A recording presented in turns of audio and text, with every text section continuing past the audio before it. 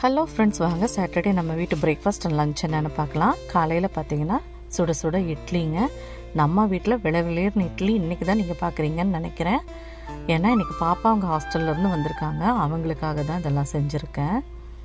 அதுக்கப்புறம் இன்றைக்கி லஞ்சுக்கும் பிரேக்ஃபாஸ்ட்டுக்கும் ஒரே சாம்பார் தான். நல்லா தலைன்னு வெண்டைக்காய் சாம்பார் செஞ்சுருக்கேங்க.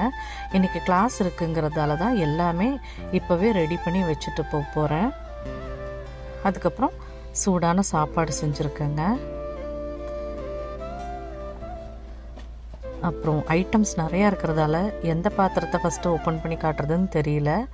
இது பார்த்திங்கன்னா மணத்தக்காளி கீரை பொரியல் செஞ்சுருக்கேன், சுக்கட்டி கீரை பொரியல் செஞ்சுருக்கேன்.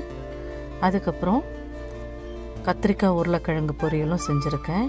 இதுவும் என்னோடய மகள்களுக்கு ரொம்ப பிடிக்கும், அதனால் கத்திரிக்காய் உருளைக்கிழங்கு பொரியல். அதுக்கப்புறமா ஸ்வீட் கார்ன் வேக வச்சுருக்கேன். அப்புறம் கொஞ்சமாக வெள்ளரி கட் பண்ணி வச்சுருக்கேன். அப்புறம் கொஞ்சமாக பப்பாயா, அதையும் இனிதான் கட் பண்ணணும், இப்போ தான் தோல் சீவி வச்சுருக்கேன்.